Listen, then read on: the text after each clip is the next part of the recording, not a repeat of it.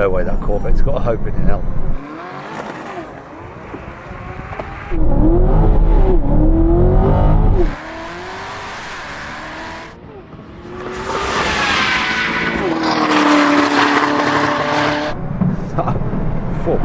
This is just bonkers.